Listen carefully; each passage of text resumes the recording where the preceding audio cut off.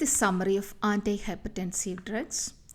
There are 9 classes and you have your lucky 13 drugs, major drugs we're going to discuss.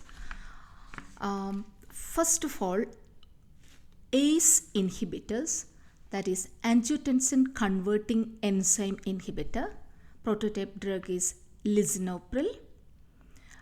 It will block angiotensin converting enzyme produced from the lungs. Then ARBs, angiotensin receptor blockers. These are going to be blocking 81 receptors. So the drug name is Losartan. Then Alpha-Agonists and alpha blockers. Those are 2 different classes together.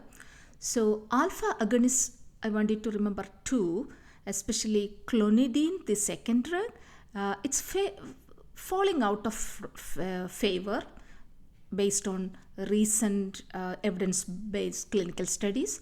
Therefore, at least remember Methyldopa, but Clonidine, commonly asked board question, so just remember that also.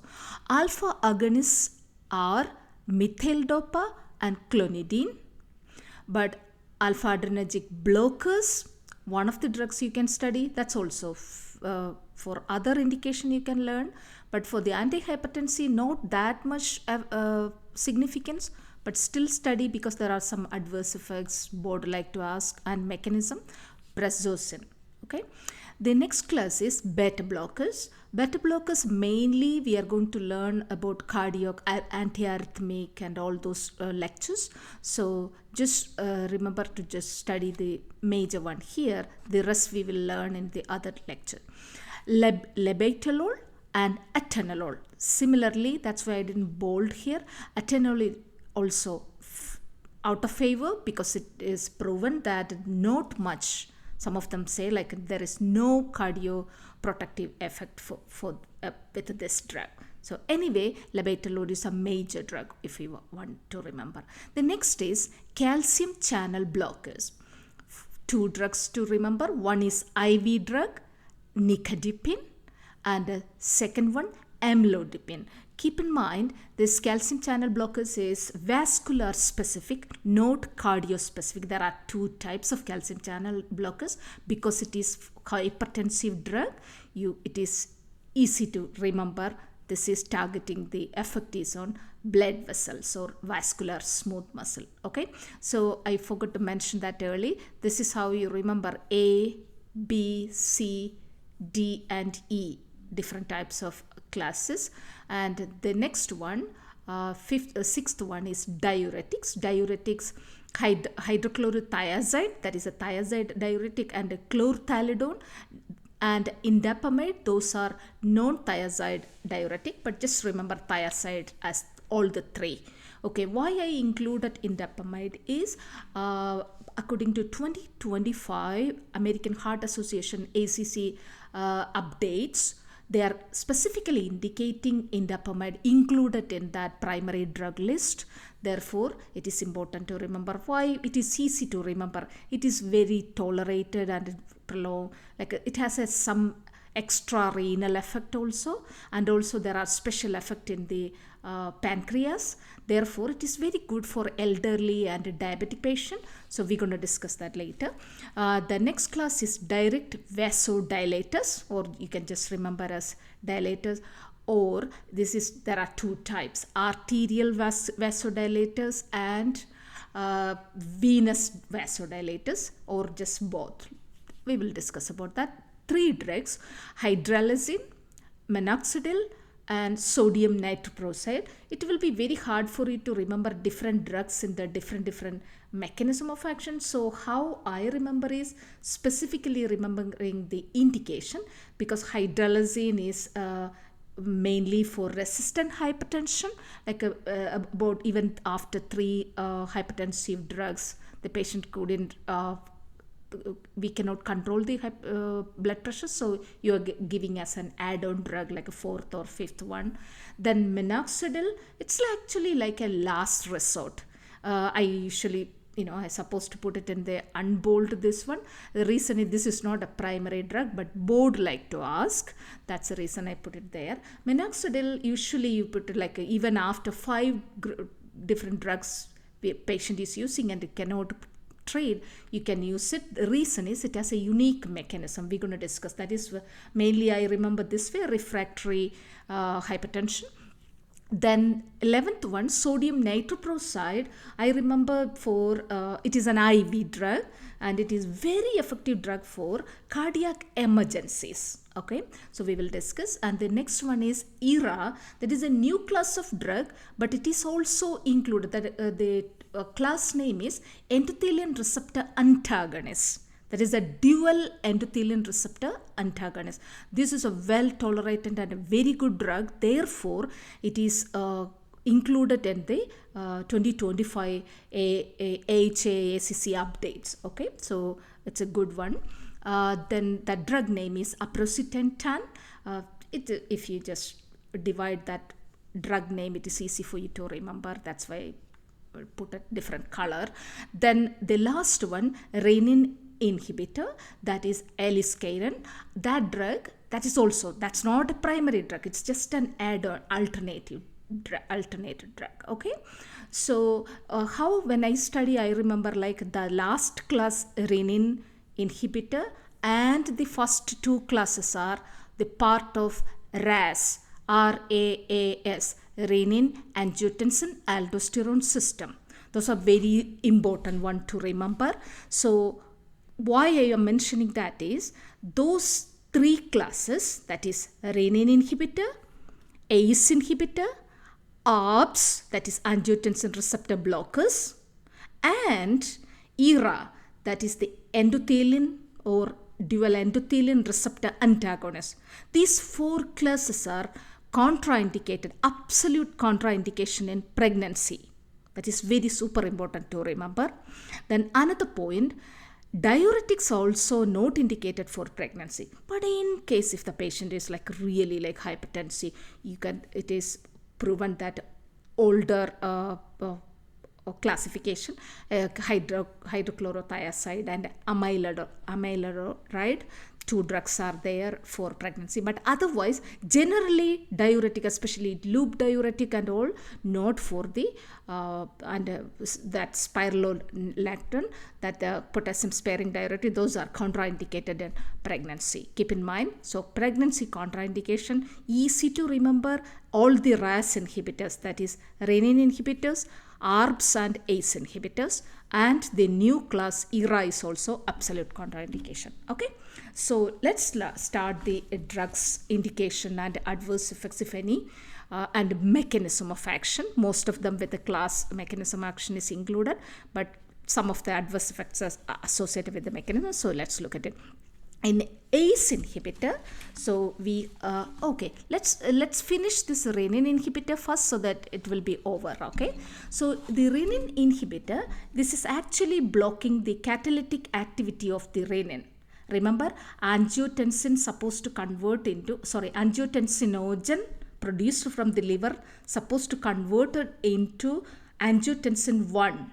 That step is blocked by renin inhibitor. So early it's going to block. So this is, remember, indication is an alternate drug for hypertension.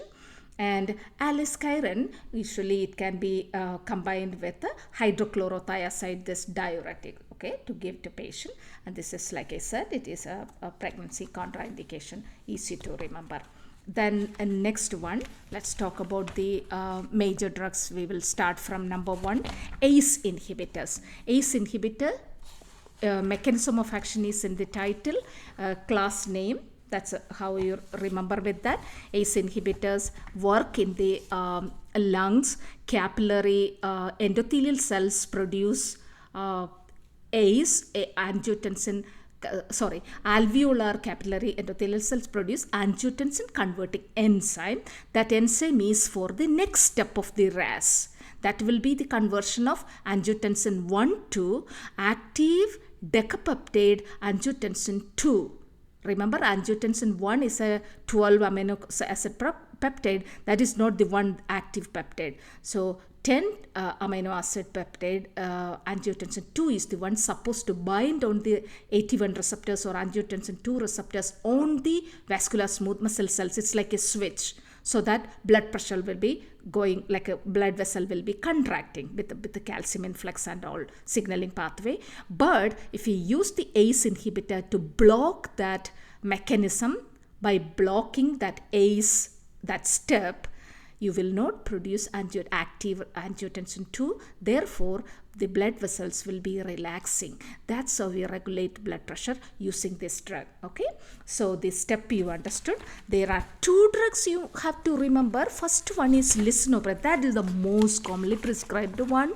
But Ramipil, there is another drug that is a well tolerated long half-life drug, so that you can use it for once daily dosing. That's another point to remember. Then you heard about Captopril, because it has a rapid onset, but this is an old one, first ACE developed, but I don't want you to remember too much. But there is another IV formulation available, Enalaprilat. That's actually a modified prodrug of Enalapril. That this IV form, the new drug, Enalaprilat, is actually very good for hypertensive emergency. But those are additional point, but keep in mind about the Lisinopril. Okay, so let's finish the adverse effects of Lisinopril. Pharmacokinetics is nothing much to remember, but pregnancy contraindication is there. In addition to that, severe and common adverse effects of ACE inhibitors. Generally, that's a class effect. Most commonly asked board question. I want you to remember both the adverse effect. Common adverse effect is usually the patients develop, most of the patient, generally a part of the population developed dry cough. It is not involved with the goblet cell secretion or anything, no secretion, dry cough. This is because of the increased activation of the prostaglandins and the nitric oxide release, which will sensitize the airway sensory nerves. Because it is neuronal, that's why it is causing the dry cough. So keep in mind, what is the reason? ACE inhibitor has a secondary function to break down bradykinin. But bradykinin will not be broken down if ACE is inhibited. So that secondary function will be not in that patient who is taking ACE inhibitor. That is the reason all the bradykinin function will be blocked by this. That is the first adverse effect common causing because of the neuronal effect in the lungs. But the second adverse effect is really, it can be severe or life-threatening. That is because this can cause the vasodilation, of course, and also in addition to that, the bradykinin overload also causes angioedema. This can increase the dilation of blood vessels in the deep tissues, mucous membrane and tissues.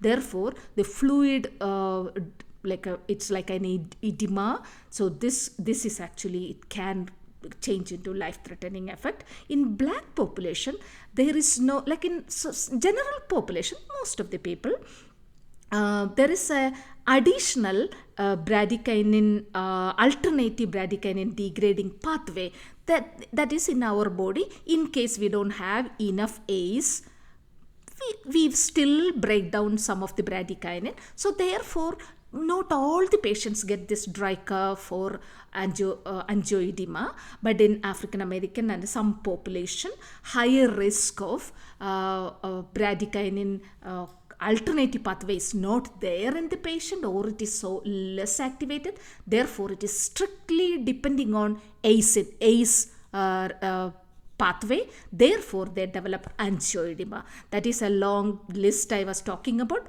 but because I was explaining too much, because it is all the points: class name, drug name, mechanism of action, indication, and adverse effects.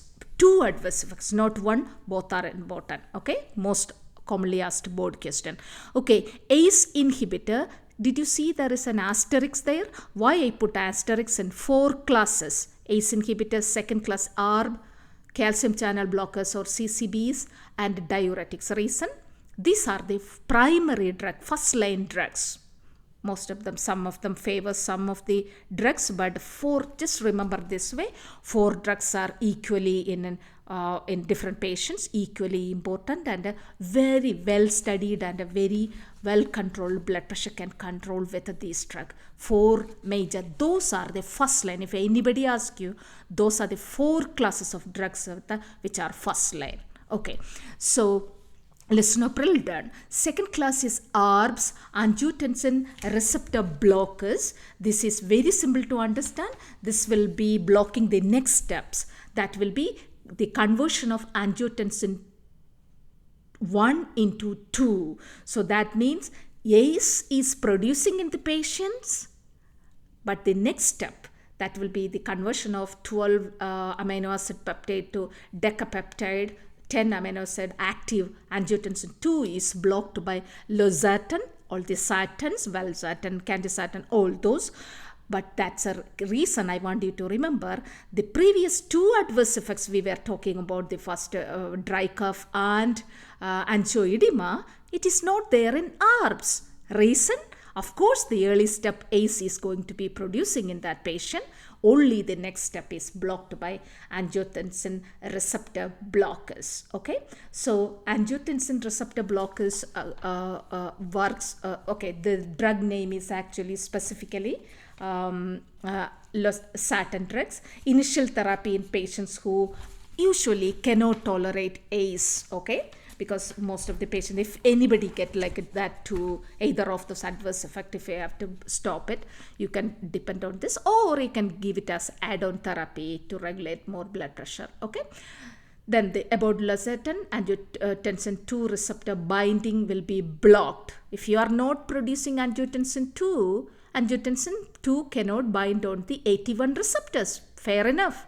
Because AT1 receptor binding is not there. Where is AT1 receptor there? Throughout the body, but mainly concentrated on 3 organs in the brain, pituitary gland, then the kidney and adrenal glands, and all throughout the blood vessels, vascular smooth muscle cell. That's a big thing to remember. Vascular smooth muscle, AT1 receptor, or another name, angiotensin binding receptor. That's why it's called angiotensin receptor blocker.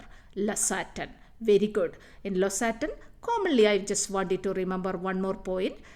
It is upper respiratory tract infection is, about 8% of patients, 8 to 10% of patients can get it and can cause hyperkalemia. Those are not much important, but just remember the drug name. And this drug extensively metabolized by liver, CYP2C9 and CYP3A4. Therefore, this drug has like a, but it is not like a, it is also excreted via major excretion is via feces. Therefore, it is very good. Even the patient has a very low glomerular filtrate rate, you can give this drug. That's a renal protective agent. Okay, keep in mind about that. Another point, this has a longer half-life because it's active metabolite EXP 31474, that agent, that is actually its metabolite, that has a little longer half-life. Therefore, once a daily dosing also will be there. Yeah, that's it for that drug. Then next move on little more faster.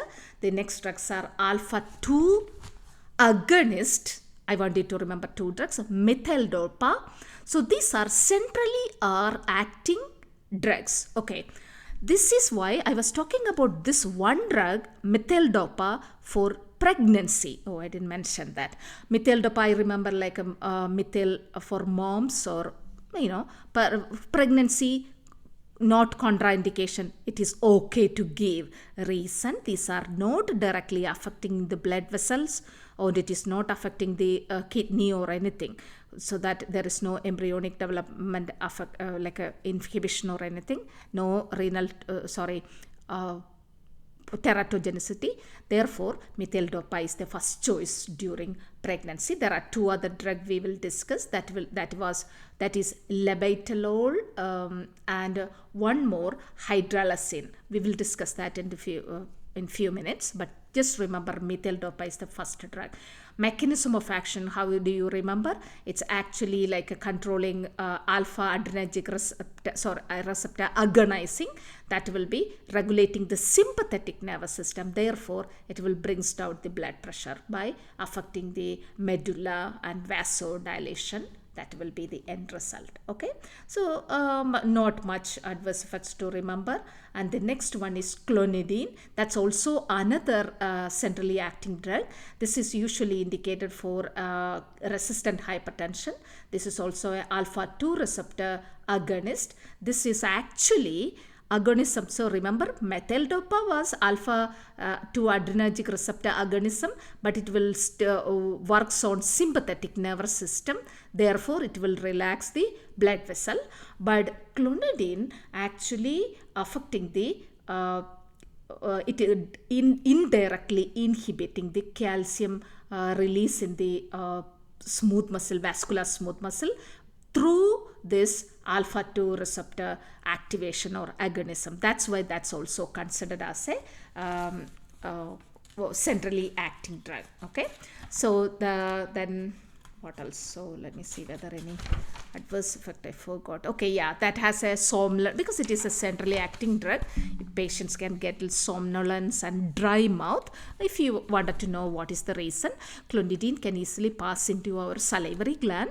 Salivary gland secretion will be inhibited by this drugs to bind on that and inhibit completely because of that central activation and the nervous details. I don't want you to remember. So less secretion of the fluid, therefore it can cause dry mouth in patients. About 40% of patients. That means common adverse effect you can remember as somnolence, but dry mouth is one of the another one. Okay, usually Clonidine indicated for other indications, so I don't want you to just really spending too much time to remember for the real hypertensive drug. Okay, but if you wanted to just remember one drug, Methyldopa is a drug.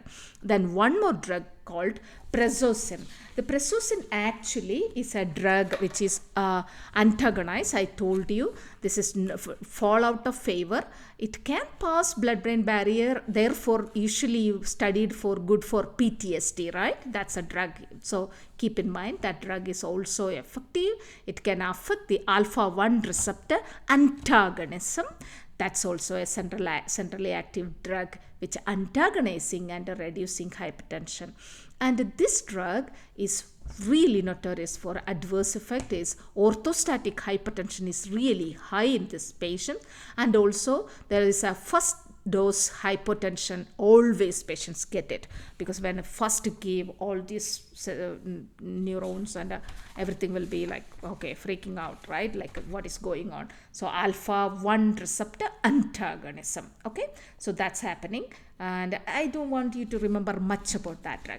The next one is beta blockers. Similar story. Beta blockers are not the first line drugs, but it is very effective. There is one of the drugs for the quick and fast action. We need it for so we will talk about Labetalol, because IV Labetalol is very fast acting drug. Okay, so let's look at it. The mechanism of action, easy to remember, beta adrenergic receptor specific. It is a non-selective beta blockers. We are going to learn these two drugs, Labetalol and Atenolol, and carvedilol. You can learn that, but we're going to discuss that in the antiarrhythmic in the next week's lecture. But now just remember this one. The bradycardia, breathing problems like in the asthma, banned from asthma, something like that, you can remember. Those are the adverse effect of beta blockers. BBB you can remember. That's general adverse effect. Labetalol is indicated for the hypertension emergencies also. IV Labetalol is very useful. A very well studied, well tolerated drug. That's why it is very fast acting also. Okay, a combined non-selective beta receptor antagonism is there, and also this has an alpha-1 receptor antagonism. Rapid action and promote glucose uptake also. Then asthma contraindication, that is another point. So there are multiple points to remember from Labetalol. Even though beta blockers are not the first line drugs compared to ACE inhibitors, ARBs, calcium channel blockers or CCBs or or diuretics, okay? But remember, labetalol, one drug, has super importance and with many indications, right? Like I told you, labetalol is good in pregnancy, very good. Then also IV labetalol is good for hypertensive emergency. But another important point, in asthma, remember the distribution of beta receptors? We have beta receptors in the bronchial muscles also, right? We have smooth muscles in the bronchioles. So when they block the smooth muscle, this is not like a non-specific drug. Therefore, this can block the beta receptors and they throughout the bronchial constriction. Bronchoconstriction will be there.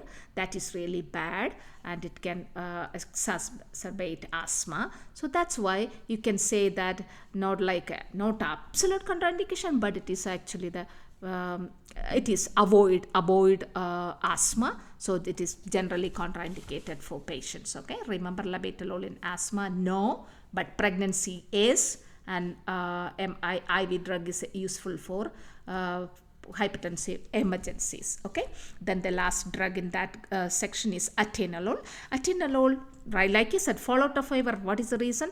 Less cardiovascular stroke prevention is reported. Recent studies showed that there is no benefit and minimal peripheral vasodilation, and this drug has only about 6 to 9 hours of half-life, but we are given like once a daily dosing, but that drug is not controlling blood pressure completely. 24-hour control is not there. Okay, so those are the major reasons, and but understand it will regulate the blood pressure with the different mechanisms by little bit regulation through the cardiac functions. So therefore we will learn this drug later in because it can reduce the cardiac output. That's the major one. And also because there is no receptors on the blood vessel is regulated by this beta blocker, and atenolol's receptors are not there in the blood vessel. Therefore, patients will not have postural hypotension if a patient takes this drug. That's one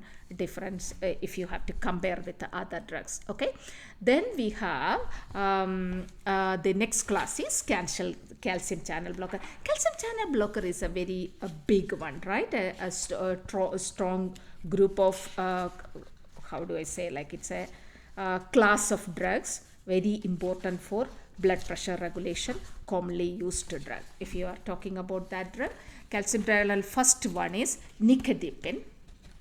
In Nicardipine, IV drug is the one important for, let me check the term, it is actually hypertensive emergencies, but hypertensive crisis, right? Okay, so here is the term to remember. Hypertensive crisis means it's actually like really high acute elevation of blood pressure, too high, right? Systemic blood pressure 180 above or above, and diastolic blood pressure 120 above. But you have to remember, if there is no end organ damages, that is called hypertensive urgencies. Some physicians don't like that term, but understand that one is not the one treated by Nicardipine. No. Okay, so that one, that's called hypertensive urgencies, is actually you need to treat like a normal patient who is coming with a blood pressure. That's it. You prescribe an oral pill and they will go home with using days, like within couple of days they will regulate the blood pressure and treat like a normal hypertensive patient, bring down the blood pressure over days. What if a patient has a hypertension with a end organ damage? That term is called hypertensive emergency. So hypertensive emergency must be treated as soon as, otherwise patients end up in like getting seizures, coma, all those stroke and all those problems. To prevent that, we must treat the patient. So that's why we need a very fast acting drug. But that's also very super important. You cannot bring down blood pressure within 1 minute or seconds or minutes or 30 minutes or 1 hour. No. You need to take couple of hours to bring it down. Like I said, compared to hypertensive urgency, it will take a couple of days to bring the blood pressure down. But hypertensive emergency, you need to act fast, but you need to titrate the drug. So that's why we need to have specific drugs. We have to be reliable. You cannot give oral drug. Oral drug is literally, you should avoid, and like you can study like a contraindication or something like a reason. You cannot predict how much drug is absorbed in that patient. So therefore, and also if you really dropping the blood pressure really quick, the patient get like a brain injury and too much problems. So to avoid, do not use any oral drug to treat that, to avoid all that stroke and all those related to rapid drop of blood pressure. But Nicardipine IV is very useful for treating patients with a hypertensive emergency. So when we talk about Nicardipine, indication is actually okay. Also, this drug is also very useful for hypertensive encephalopathy. Patients develop after really severe blood pressure increase inside the blood vessel. Remember, since we have the the astrocytes forming the blood-brain barrier, and a little bit regulatory pressure power is there inside the brain. But if the patient start leaking a lot of fluid inside the brain, the patients can get cerebral edema and all those complications. That condition is called at the end hypertensive emergency become hypertensive encephalopathy. That is also treated by the go-to drug for the later stage, right? To avoid stroke, you can give Nicardipine. So that is the evidence that the brain is also, because the patient is confused or in coma or something like a, Nicardipine is a very go-to drug because well titrated and all. Mechanism of action, very easy to understand. This is actually blocking the L-type calcium channel throughout the smooth vessel, muscles of the blood vessel. That is, vascular smooth muscles of the blood vessel is going to be relaxed because calcium channel is blocking, so there is not enough calcium, so the muscle will not be contracting, blood vessels will be relaxing, so that gently the blood this drug can bring down the blood pressure. Very good drug. Another point, like I said, calcium channel blockers, cardio-specific calcium channel blocker, that's not the one we are discussing here. This is specifically dihydropyridine calcium channel blockers. That is one vascular specific. Non-dihydropyridine calcium channel blockers are cardio-specific, that we will learn in the next lecture. Okay, so the next one is Amlodipine. Let's talk about that. That is actually a oral drug, very commonly used, a very well tolerated drug, and it is indicated for as a first line therapy for primary hypertension. Especially, it will also work very well in the elderly and black patients, African American patient and all. And indication is actually you can add with a Losartan and hydrochlorothiazide, this drug diuretic. Combination work really well. Reason, I'll tell you, Losartan is a drug in the ARB category, right? Okay, so reason, this will control if you add Losartan, Losartan, Amlodipine and hydrochlorothiazide, three major mechanisms of blood pressure will be well controlled. Vascular tone, fluid volume and hormonal regulation is well maintained.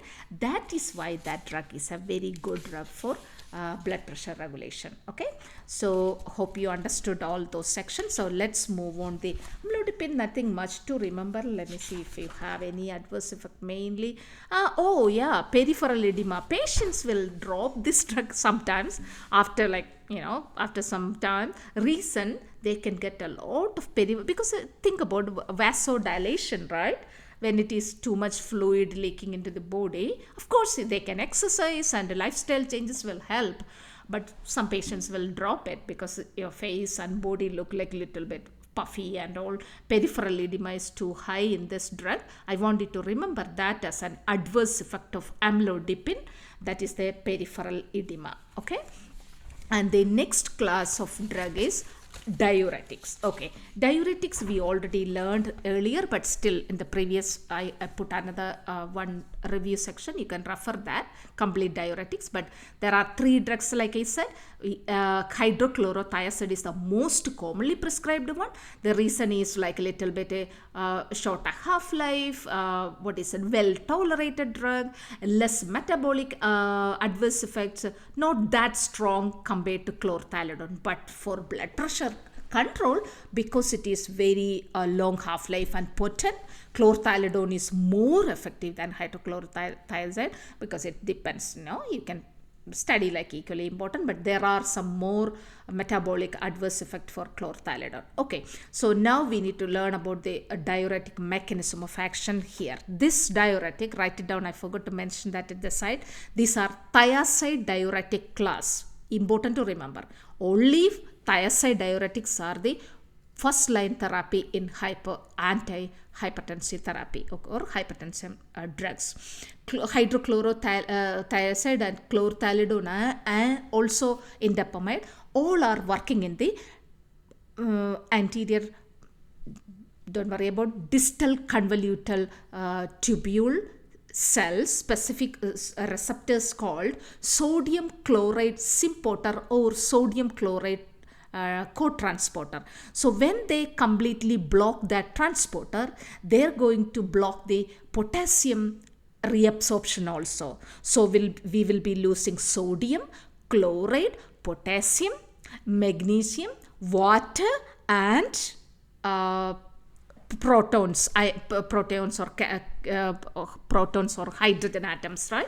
Therefore, patients can get hypokalemia, and also patients can get they're losing too much hydrogen ions. Therefore, patients can get metabolic alkalosis. Keep in mind, that's a general thing. Indication, remember. But why it is super important is, I forgot to, I didn't include that. Calcium will be reabsorbed into the blood. That is the reason I want you to remember 2 other additional indication also. This indication is in patients who are with especially elderly patients with osteoporosis. That is a good drug because it has an additional calcium is absorbing into the blood, a lot of calcium. Therefore, it has a protection to the bone. So they will have little more strength in the bone. They don't fall much, like, they don't break their bone much. Okay.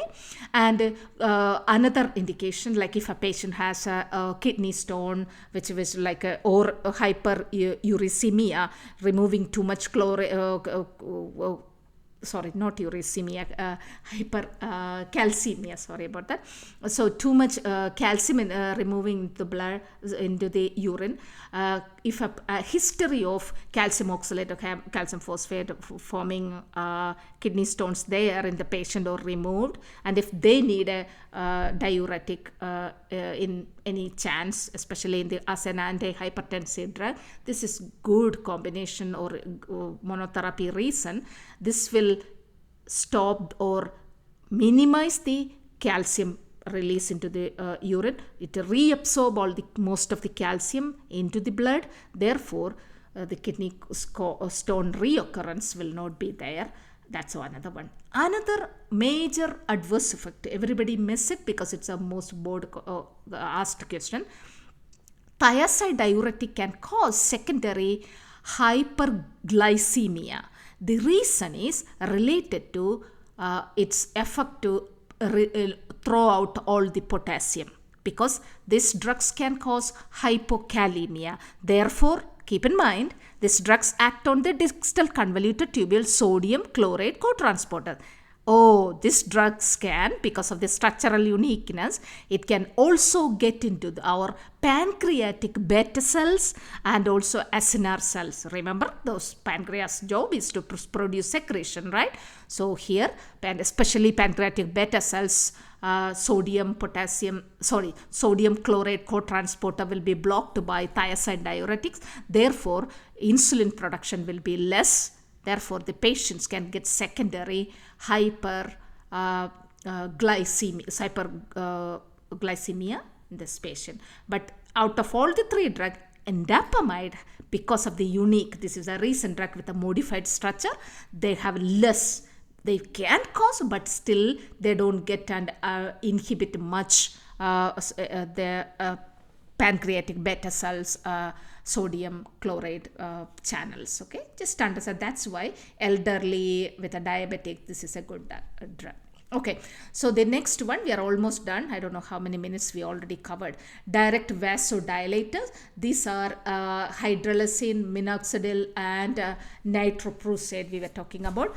Hydralazine, I want you to remember, we already discussed that the drug, it is a well tolerated drug. We are going to learn for in another lecture also for the cardiac protection, especially heart failure. We will combine with another drug. It's a nitrate class of drugs. It's a combination drug we can do. But here, just study that it can regulate arterial blood pressure and also sympathetic activity can be increased and increase cardiac output, but it can regulate blood pressure by vasodilation. These are vasodilated, but target, I want you to remember, as arterial vasodilators. And this drug is indicated for pregnancy. If I have a choice to pick which one, Methyldopa is the best go-to drug. Then we were talking in pregnancy, Labetalol is okay. And the third drug, only 3 drug I wanted to remember, Hydralazine is also indicated for pregnancy. Okay. I don't want you to study anything, mechanism of action, drug class, direct vasodilators, and indications we can, it is a resistant hypertension we prescribe, indicated for that, and also for pregnancy. Then the next drug is Minoxidil. I told you this is a unique drug, but it is not a first line, of course not. It is an add-on at the last resort drug. Why I put it high, I told you this is also has a secondary mechanism in the hair growth, right? So therefore you must know the mechanism of action. How does it work? When Minoxidil get into these cells in the vascular smooth muscle, it can easily diffuse into the vascular smooth muscles, and this can start opening all the potassium channels. Therefore, from the vascular smooth muscle, potassium ions will rush out. So that will cause hyperpolarization. Thus, this drug will cause vasodilation. This vasodilation will be very unique, right? In some patient, especially like a sympathetic or like a different mechanism, patients can get tolerated, or drug cannot, some of the drug combination will not work. In that time, we are looking for why is it a last resort or a different add-on therapy. Whenever we are talking about this, is what you have to remember. This is the drugs with unique adverse effect, unique mechanism is the one we will depend on as a last resort. So this is a unique mechanism, potassium channel opener. So this also open the potassium channels in your hair follicle. Throughout our body, especially hair growth, right? You heard about Minoxidil shampoo and oral drug for hair growth. So how that work is, this can stimulate, right? It's like you are supplying so much blood, you are bringing a lot of nutrients into that area, and also because of this potassium, high potassium, it's going to completely, it's like a shaking up, right? It's like a it's like shaking up all the cells and making to rejuvenate and produce new cells there. Therefore, hair growth is actually an adverse effect. That is, hirsutism is an adverse effect, but some patients like it. They can get hair growth on the head, but throughout the body, it is not a good thing to remember. But remember, mechanism of action and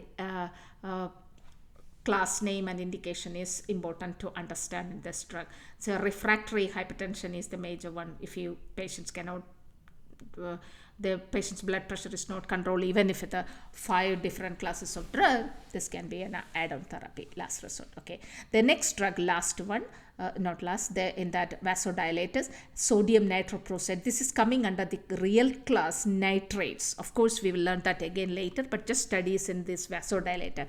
Here, first 2 drugs dilate arteries. Sodium nitroprusside, usually nitrates can dilate mainly a lot of vein dilation, venous dilation. But sodium nitroprusside has a unique mechanism because of a unique structure. This can dilate both arterial and venous smooth muscle relaxation and dilation of blood vessels. Therefore, quick drop in blood vessel is effectively done by using this drug. Okay, so therefore it is indicated for, it is a very good drug for, well tolerated also drug for sodium nitroprusside. But the problem here is well tolerated means, well titrated, right? Like you can predict the composition and everything, but the only problem is this has because its structure has cyanide.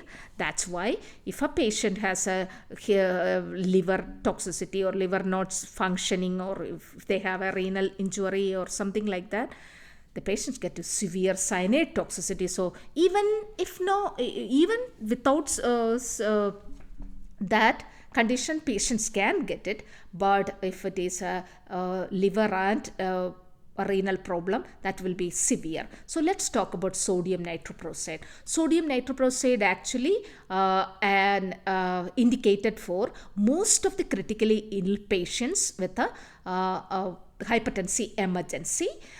This drug is a extremely effective drug, but due to the structural uniqueness with the cyanide studied together with that, because of the Pruside cyanide, remember that way. So the cyanide containing drug, that's why you need really specialized people to monitor, and you need close monitoring to save the patient. Okay, because this drug has about 5 different cyanide group in the structure, and this has to be removed as soon as it get into the liver. What is liver's job? Liver will identify, oh my god, this is a toxin coming into our body. So what do they have? They have special enzyme called rhodinase enzyme.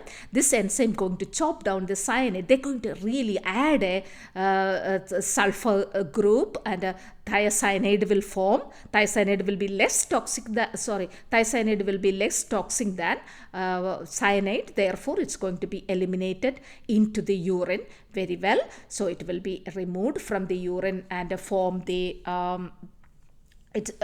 removed from the body through renal elimination. That is the reason liver function is important, and also it can be contraindication in renal insufficiency if a patient is. That is the reason we have choices, right? Remember, we can use IV Labetalol, but another go-to drug Nicardipine, right? For especially for the encephaly, hypertension, encephaly, etc.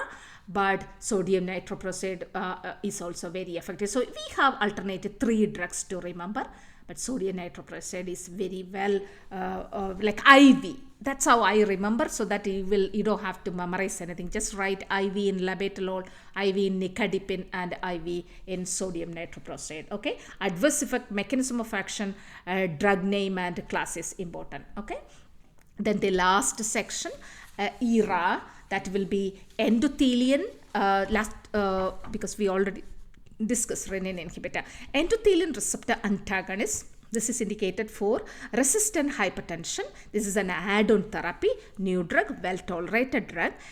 Why is it ERA is very significant? Because in the vascular smooth muscle, it can cause smooth muscle contraction. So this drug bind on the site of, that is called endothelin 1 receptor binding site, right? So it bind on the 2 types of both ETA and ETB receptors. That is for, it is called dual, that is the real mechanism. I want you to study like that, because that's a super important, that's a real mechanism. Dual endothelin receptor antagonist. I remember, like, I have a tanning appointment at approximately at 10 at endothelin receptor twice or something like that, dual endothelin receptor antagonist. I think we are almost done, and this is it, and hope you understood everything. This drug can cause edema, because mild and mild, because altered capillary permeability will be there, because the these endothelin receptors are also present in our endothelian cells also. which can bind on that, so the permeability will be different. And the last one, it is also has a pregnancy contraindication, of course, and anemia can be happening because the ET receptors are very important for RBCs, but that can be blocked by those drugs. Therefore, this drug is can affect anemia. Okay, so because it can pass into our bone marrow. I think before 50 minutes I wanted to stop this. Okay, study well, all the best.